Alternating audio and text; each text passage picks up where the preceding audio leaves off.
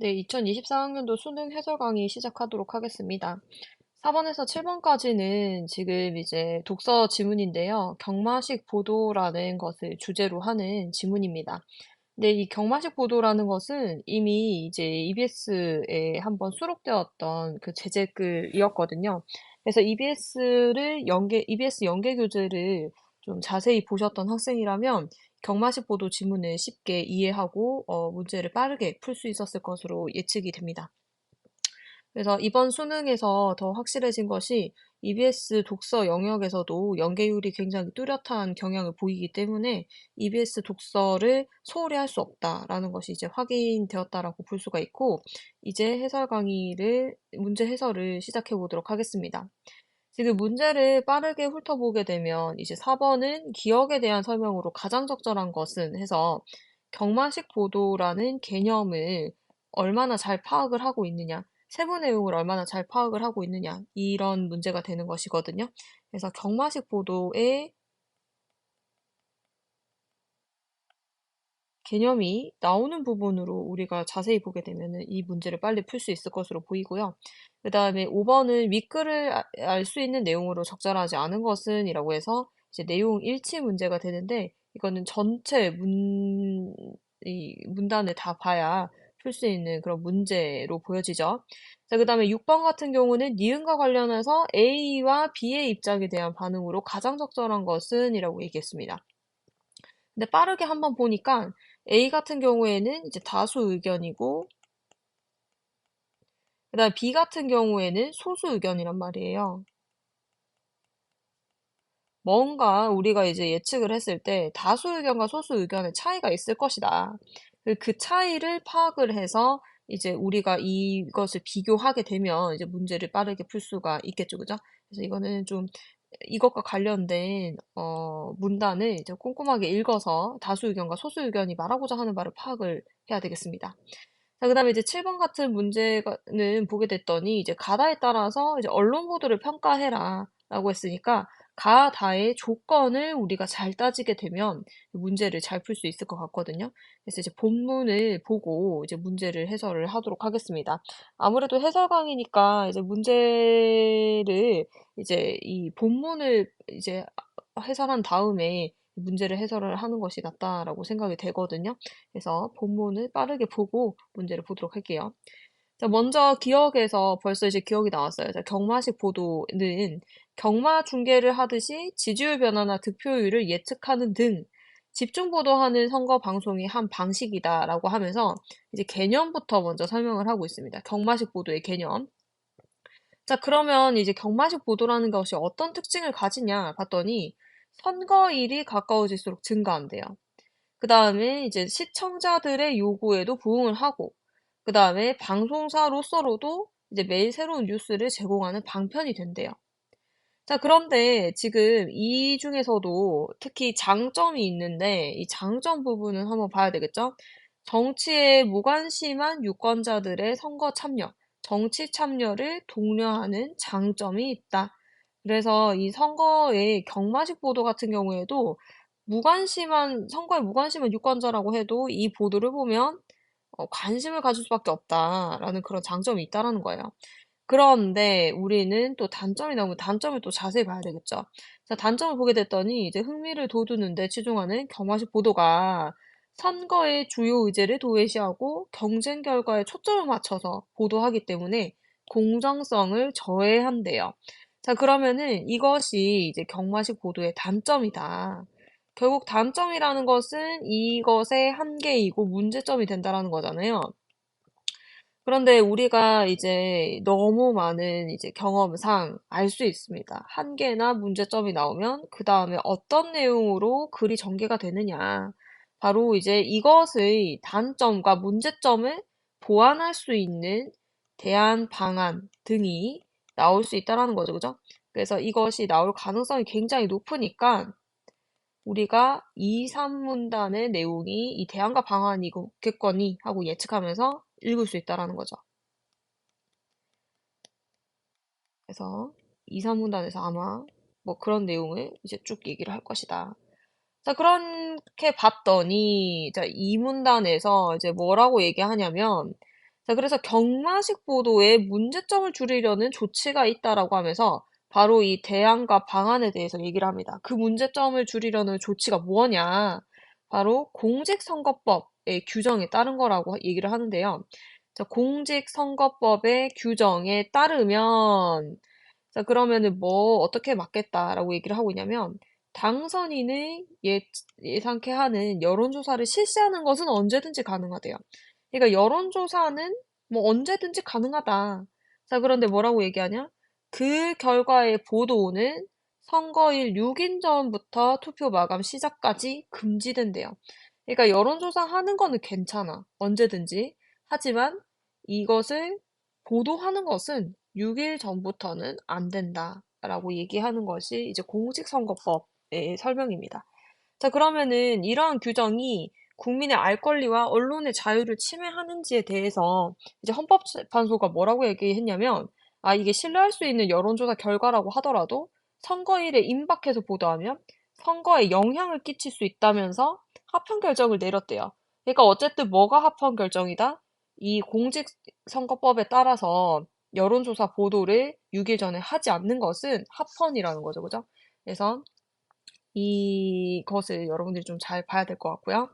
네, 공직선거법에 근거를 둔 선거방송 심의에 관한 특별규정, 이 나에 대한 거니까 또 이것도 자세히 봐야 되겠죠? 그래서 이거 보게 됐더니 뭐라고 얘기를 하냐면 왜곡 보도 금지해야 된대요. 당연하죠, 그죠? 그래서 왜곡 보도를 금지하고 자, 그 다음에 또 어떻게 해야 된다고 생각을 한다고 얘기를 하냐면 이게 중요한데요. 잘 보세요. 이제 여론조사 결과가 오차 범위 내에 있을 때 자, 이 법과 관련된 지문에서 제일 중요한 거는 뭐냐면, 이런 식의 이제 특정 요건이 나올 때 굉장히 우리가 자세히 봐야 돼요. 이거는 선제로 나올 가능성이 높기 때문에. 자, 그래서 이제 여론조사 결과가 오차 범위 내에 있을 때라는 조건에서는 자, 이것을 밝히지 않은 채로 서열이나 우열을 나타내는 보도도 금지하고 있다라고 얘기를 합니다. 그러니까 한마디로 오차 범위 내에 있을 때는 이 여론조사가 오차 범위 내에 있다라는 것을 밝히고, 그죠? 서열도 공개해서는 안 되고, 그다음에 우열을 나타내는 보도도 안 된다라는 겁니다. 나에 따르면. 자, 그다음에 이제 다 같은 경우에는 선거 여론조사 보도 준칙이라고 나와 있는데, 자, 선거 여론조사 보도 준칙을 보게 됐더니, 자, 얘도 뭐라고 얘기하냐면, 지지율 차이가 오차 범위 내에 있을 때라고 얘기하면서, 자, 보세요. 오차 범위 내에 있을 때라는 조건을 또 줬어요. 자, 그러면은 이 조건이 충족이 됐을 때, 자, 경합이라는 표현은 무방합니다. 경합이라는 표현은 괜찮아요. 근데 서열화하거나 오차 범위 내에 앞섰다라는 표현처럼 우열을 나타내서 보도할 수는 없다. 자, 그래서 이 경합이라는 표현은 괜찮지만 서열화 안 돼요. 그 다음에 우열 안 된다. 라고 하는 것이 지금 이제 다의 조건입니다. 자, 그러면은 이 가나다를 바탕으로 해가지고 풀 수 있는 문제가 여러분들 이제 뒤에 있는 7번 문제였죠. 그죠? 그래서 7번 문제에서 한번 어떻게 적용할 수 있는지 보도록 하겠습니다. 자, 그 다음에 이제 3번, 4번 문단이 남았는데요. 자, 3번, 4번 문단 보도록 하겠습니다. 3번. 자, 세 번째 문단에서는 지금 이제 뭐라고 얘기하냐면 또 이제 이것을 보완하는 방책이 있는데 이제 무엇이냐. 선거 방송의 한계를 보완하는 이제 방책이래요. 근데 그게 바로 선거 방송 토론회래요. 자, 그런데 이 토론회를 통해서 후보자 간의 정책과 자질 등의 이것이 드러날 수가 있는데 이제 현실적인 이유가 있기 때문에 초청 대상자가 한정이 된다라는 것이 이제 세 번째 문단에서 하는 얘기예요. 자, 근데 이 초청 대상자가 한정이 되는데 이 초청 대상자가 한정될 때 어떤 이제 조건이 또 있느냐라고 봤더니 공직선거법의 선거방송 토론회 규정은 자, 얘기합니다. 자, 조건 잘 봐야 되겠죠? 자, 5인 이상의 국회의원을 가진 정당. 동그라미 1이죠, 그죠? 그래서 5인 이상의 국회의원을 가진 정당. 그다음에 직전 선거에서 3% 이상 득표한 정당이 추천한 후보자. 그러니까 정당이 추천을 해가지고 이제 후보자가 올라갈 수도 있다라는 겁니다. 선거방송 토론회에. 그래서 직전 선거에서 3% 이상 득표한 정당이 추천한 후보자. 또는 이라고 했으니까 또 있죠. 이제 여론조사 기간 결과 평균 지지율이 5% 이상인 후보자, 얘네가 우리가 추천을 이제 얘네를 데리고 어떻게 할 수가 있다? 선거방송 토론회를 할 수가 있다라는 겁니다. 근데 얘네들만 하게 되면 이제 다른 후보자들은 이제 어떻게 되는 것이냐. 다만 이후에 그 내용이 나오겠죠? 다만 어떻게 하겠다? 별도의 토론회를 개최하겠다. 이렇게 얘기를 하죠. 그죠? 그래서 초청 대상이 아닌 후보자들을 위해서는 별도의 토론회를 개최하겠다라는 것이 이제 4번의 내용이 되겠습니다. 그러니까 공직선거법 선거방송위원회의 토론회 규정 같은 경우에는 이제 초청 대상자와 관련된 것이었네요. 자, 4번 문단, 마지막 문단 보도록 할게요. 자, 마지막 문단에서는 이제 드디어 다수 의견과 소수 의견이 나왔는데요. 우리가 다수 의견과 소수 의견을 이제 잘 구별해가지고 봐야 돼요. 자, 보게 됐더니, 자, 뭐라고 얘기하냐? 다수 의견은 뭐라고 얘기하냐면, 이 방송 토론회의 효율적 운영을 고려할 때는 이제 투보자 수가 너무 많으면 뭐라고 얘기합니까? 제한된 시간 안에 심층적인 토론이 이루어지기 어렵다. 첫 번째, 지들이 얘기하는 이제, 이유죠, 그죠?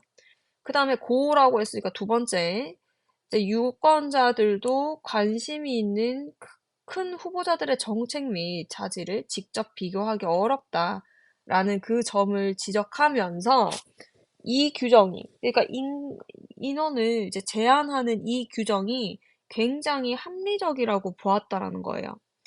자, 그래서 이제 반면에 소수 의견 같은 경우에는, 자, 소수 의견 볼게요. 자, 이 규정이, 자, 여기서 말하는 이 규정이라는 것은 계속해서 이거예요. 이 선거방송 토론회 규정이에요. 그러니까 선거방송 토론회 규정이 이 가장 효과적인 선거운동의 기회를 일부 후보자들에게 박탈한다. 여러분들 이제 토론회 같은 거를 하게 되면 이제 가장 효과적인 선거 방법이라고 볼 수가 있겠죠. 그죠? 그러니까 토론회를 통해서 내가 이제 이 얘기하는 이 선거에서의 공략 같은 거를 말하기가 너무 쉽고 자기 어필을 굉장히 잘할 수 있는 기회이기 때문에 이렇게 제안했을 때는 일부 후보자에게 있어서는 효과적인 선거 방법을 박탈한다라는 겁니다. 그 다음에 이제 두 번째로는 또 어떤 것이냐면 유권자에게도 모든 후보자를 동시에 비교하지 못하게 하고 그 다음에 또 세 번째로 어떤 이유가 있냐면 초청 대상자 후보 토론회에 참여한 후보자와 그렇지 못한 후보자를 차별적으로 인식하게 만든다. 뭐 그럴 수도 있겠죠. 뭐 하나는 뭐 인기 있는 이제 약간 정당이나 이제 지지를 받는 이제 후보자들이 나오는 그런 토론회라고 사람들은 인식할 것이고 이제 다른 이제 토론회 같은 경우에는 좀 인기가 없는 이제 후보자들이 나왔네? 라고 이제 차별적으로 인식을 할 수밖에 없잖아요. 그러니까 그 얘기를 하는 거예요. 그래서 이 규정을 소수 정당이나 정치 신인에 대한 자의적이고 차별적인 침해라고 보았다라고 하는 것이 이제 이 소수 의견의 어, 생각이라고 정리를 할 수가 있겠습니다. 자, 그러면은 이제 이 본문을 바탕으로 해가지고 4번부터 7번까지 문제를 한번 풀어보도록 하겠습니다. 자, 이제 4번 문제 한번 보도록 하겠습니다. 자, 4번 문제에서 기억에 대한 설명으로 가장 적절한 것은 뭐 이렇게 얘기를 했어요. 자, 1번에 선거 기간의 후반기에 비해 전반기에 더 많다. 이거 1문단 보면 되잖아요. 1문단의 기억 중심으로 되어 있는 거. 자, 그래서 1문단 보게 됐더니 뭐라고 얘기합니까? 경마식 보도가 선거일에 가까워질수록 증가한대요. 자, 그러면 후반기보다 전반기에 더 많다는 설명은 틀렸겠죠, 그죠? 전반기보다 후반기에 많으니까. 그래서 1번 제끼고. 자, 이번에 시청자와 방송사의 상반된 이해관계라고 했지만, 자, 여기서 또 보니까 새롭고 재미있는 정보를 원하는 시청자들의 요구에 부응한다. 방송사로서도 매일 새로운 뉴스를 제공한다라는 그런 이제 요구 조건이 서로 부합하는 걸 알 수가 있죠, 그죠? 상반된 이해관계 아닙니다. 자, 그 다음에 3번에 당선자 예측과 관련된 정보의 전파에 초점을 맞추지 않는다라고 얘기했습니다. 자, 이거는 직접적으로 말은 안 나와요. 그런데 이제 뭐 어디에서 우리가 확인을 할 수가 있냐면 여기에서 단점을 보게 됐더니 경쟁 결과에 초점을 맞춰서 선거의 공정성을 저해할 수 있다라고 얘기했어요. 경쟁 결과에 초점을 맞춘다. 이게 어떤 거죠? 당선자 예측과 관련된 것, 경쟁 결과잖아요. 그러니까 이거에 맞춰가지고 이제 전파를 하는 것, 이게 바로 경마식 보도다라고 할 수 있기 때문에 이제 3번, 뭐 이제 초점 맞추니까 3번 틀렸죠, 그죠? 경쟁 결과에 초점을 맞추는 거.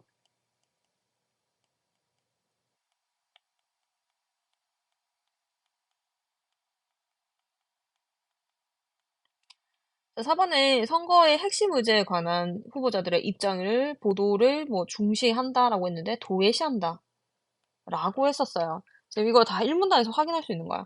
자, 지금 1문단 보게 됐더니 뭐라고 돼 있어요? 단점에 선거의 주요 의제를 도외시한다라고 나와 있거든요. 그러니까 4번도 이제 뭐 중시한다라는 설명 당연히 틀렸죠.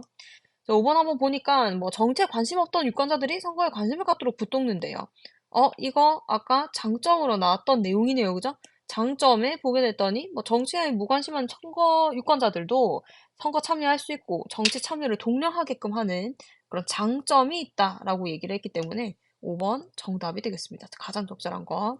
이거는 굉장히 쉬웠죠. 그죠? 그래서 EBS 문제를 우리가 좀 뭐 익숙했다면, 그러니까 경마식 보도를 이미 접한 이제 이 학생이라면 이 4번 문제 같은 경우에는 굉장히 빨리 풀 수 있는 이제 그런 문제였습니다. 자, 5번 한번 보도록 할게요. 5번에서 윗글에서 알 수 있는 내용으로 적절하지 않은 것은 이라고 얘기를 했습니다. 자, 1번에 신뢰할 수 있는 여론조사의 결과를 보도하더라도 선거의 공정성을 위협할 수 있다라고 얘기를 합니다. 자, 신뢰할 수 있는 여론조사의 결과를 보도하더라도 이 선거의 공정성을 해칠 수 있다라는 것은 지금 이 문단에 나오거든요. 자, 이 문단에 이제 보게 됐더니 이제 어떤 부분이냐면 자, 여기죠, 그죠? 뭐라고 돼 있냐면 신뢰할 수 있는 이거 신뢰할 수 있는 여론조사 결과를 하더라도 뭐 선거일에 임박해 보도하면 선거에 영향을 끼칠 수 있다. 그러니까 그것이 이제 공정성을 위협할 수 있다라는 말이랑 똑같잖아요.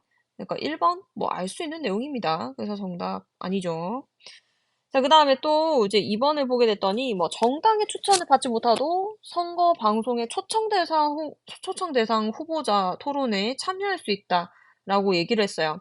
자, 지금 이제 그 공직선거법의 선거방송 토론회 규정 보게 되면 이 추천한 후보자 이외에도 지금 이 1번, 3번의 조건이 지금 나와 있잖아요. 그러니까 추천을 꼭 받지 않더라도 뭐 토론에 참여할 수 있죠, 그죠? 그래서 2번도 맞는 설명. 자, 3번에 국민의 알 권리와 언론의 자유가 서로 충돌하는지의 문제를 헌법재판소에서 논의한 적이 있다라고 되어 있는데 이게 답이죠, 그죠? 적절하지 않는 내용. 그래서 국민의 알 권리하고 언론의 자유가 서로 충돌하는지의 문제를 다룬 것이 아니라 어떤 거를 다룬 거였습니까? 그러니까 이 여론조사 실시하는 거는 언제든지 가능한데 이 보도가 6일 전부터 이 가로막는 것, 보도 금지하는 게 이게 문제가 되냐라는 것을 이제 헌법재판소에서 따진 거였죠. 그래서 정답이 3번이 되겠습니다.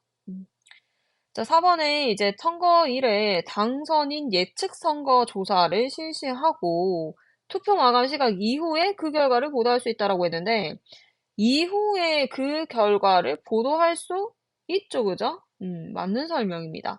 그러니까 이 직전, 그러니까 투표 마감 시간까지는, 그러니까 시각까지 금지된다고 했지, 이 이후로는 가능하다는 얘기잖아요. 그러니까 4번 맞는 설명.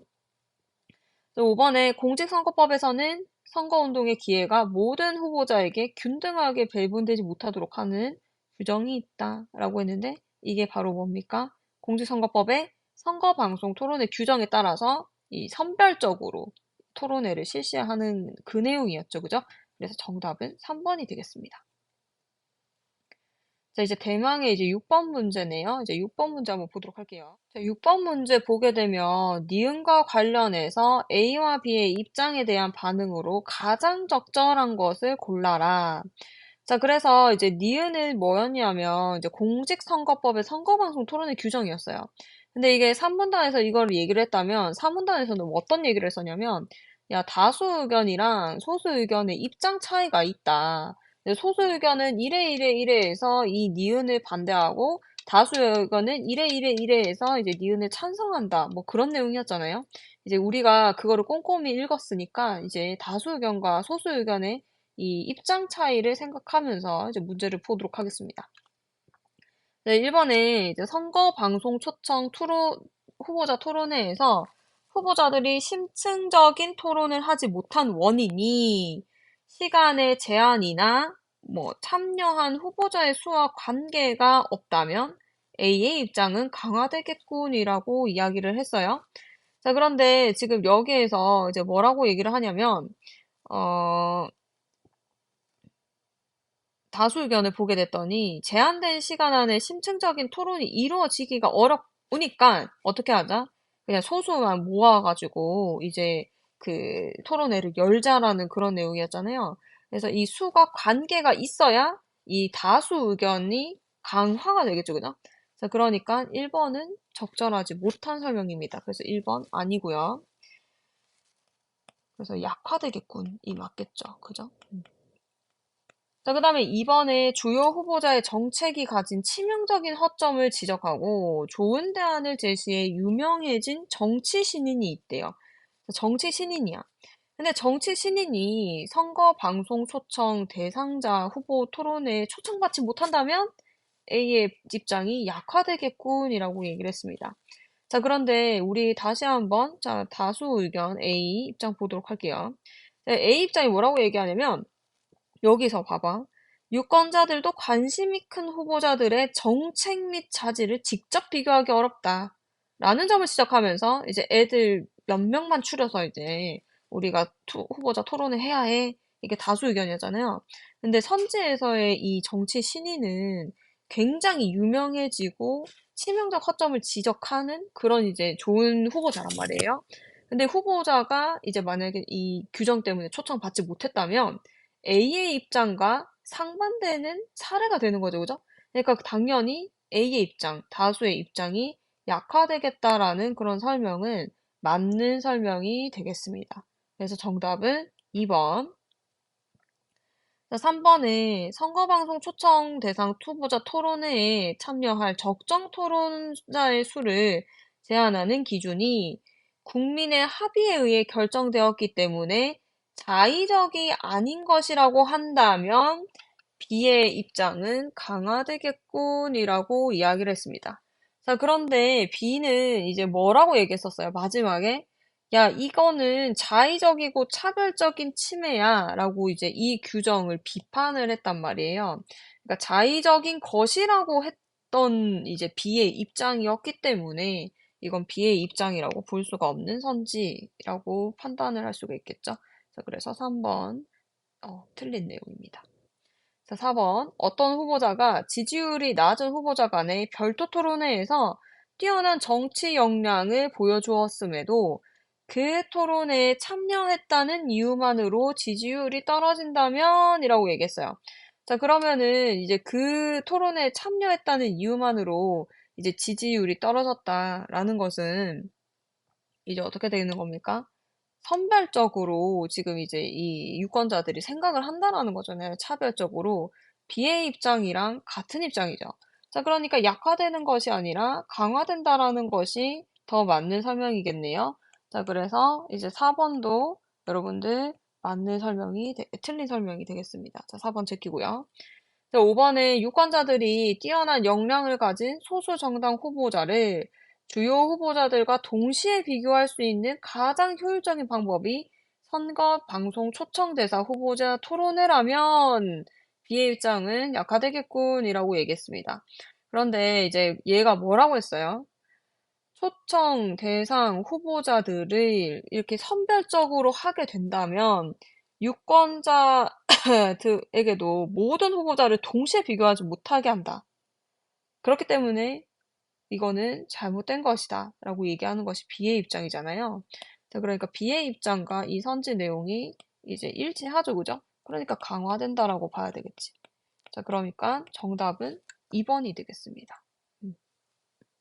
그래서 굉장히 이제 이 선지 내용이 다수 의견인가 소수 의견이냐라는 것을 지금 이제 물어보는 문제였어요. 그래서 이제 선지 내용이 이제 다수 내용이야. 그럼 당연히 다수의 의견은 강화되는 것이고, 다수의 의견과 반대되는 것이면 다수의 의견은 약화되는 것이겠죠, 그죠? 그래서 이런 식으로 여러분들이 접근을 해가지고 이제 문제를 풀었어야 하는 이제 그런 6번 문제였습니다. 대망의 마지막 7번 문제 보도록 하겠습니다. 자, 7번. 자, 이거는 사례 적용이죠, 그죠? 사례를 적용할 수 있느냐, 이 문제인데, 이거를 진짜 잘 보세요. 자, 가다에 따라서 이제 복에 대한 언론 보도를 평가한 내용으로 적절하지 않은 것은입니다. 자, 그런데 이제 가, 다는 이제 다 우리가 앞에서 이 두 번째 문단에서 봤던 내용인데, 여기서 이제 중요한 거는 여러분들 조건을 잘 따져야 되는 거예요, 조건. 그래서 조건 중요하다라고 하면서 별표 3개씩 친 거 있거든요. 그래서 이제 그거 바탕으로 해서 잘 봐야 돼요. 자, 다음은 이제 땡땡 방송사의 의뢰로 어쨌든 여론조사를 했대요. 자, 그런데 이제 뭐라고 얘기하냐면, 이제 신뢰 수준 95%고, 자, 셋 다 오차범위 8.8%다. 자, 오차범위 밝혀줬네요. 그죠? 자, 그래서 이제 지금 보게 됐더니 1차 조사 같은 경우에는 42, 32, 18 이래서 얘네는 다 오차 범위 밖에 있어. 1차 조사는 오차 범위 밖에 있다라는 것을 생각을 해야 돼요. 자, 그 다음에 2차 조사 같은 경우에는 지금 보니까 어쨌든 이제 38, 37% 해가지고 이제 오차 범위 안에 있어요. 그러면서 얘네 둘의 차이는 이제 1% 정도의 차이밖에 안 나는 거예요. 자, 근데 3차 조사에서는 우리가 뭘 봐야 되냐면, 얘네 선거일 5일 전에 이제 3차 조사 했네? 자, 그러면 이거 보도 안 되죠? 6일 전부터는 보도를 금지한다라는 가에 이제 적절하지 않기 때문에 보도를 할 수가 없습니다. 자, 그래서 그거를 보면서 여러분들이 이제 문제를 한번 접근을 해볼게요. 자, 1차 조사 결과를 이제 선거일 14일 전에 A 후보 10% 이상의 차이로 B 후보와 C 후보에 우세한다라고 보도하는 것은 나와 다 중 어느 것에도 위배되지 않겠군이라고 얘기했습니다. 1차 조사에서 우리가 봐야 될 건 뭐였냐면 얘네들이 지금 오차 범위 밖에 있다라는 거였어요.